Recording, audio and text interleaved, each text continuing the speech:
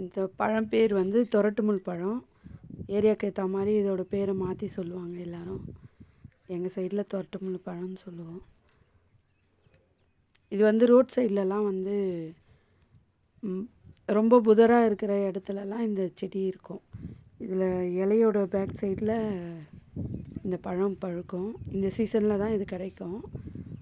இனிப்பும் புளிப்பும் சேர்ந்த மாதிரி டேஸ்ட்டில் இருக்கும். கீழே வந்து ரொம்ப முள் புதர் மாதிரி இருக்கும். பார்த்து பத்திரமா பறிங்க, புழு பூச்சி எதுவும் இருக்கும். சூப்பராக இருக்கும். கை வச்சதுமே உதிர்ந்துடும் இந்த பழம்.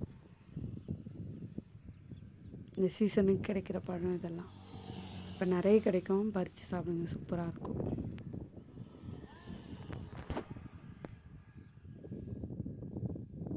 நான் எங்கள் ஊரில் சாப்பிட்டது, என் பொண்ணு ரொம்ப ஆசையாக பறித்து சாப்பிட்டா இந்த பழத்தை.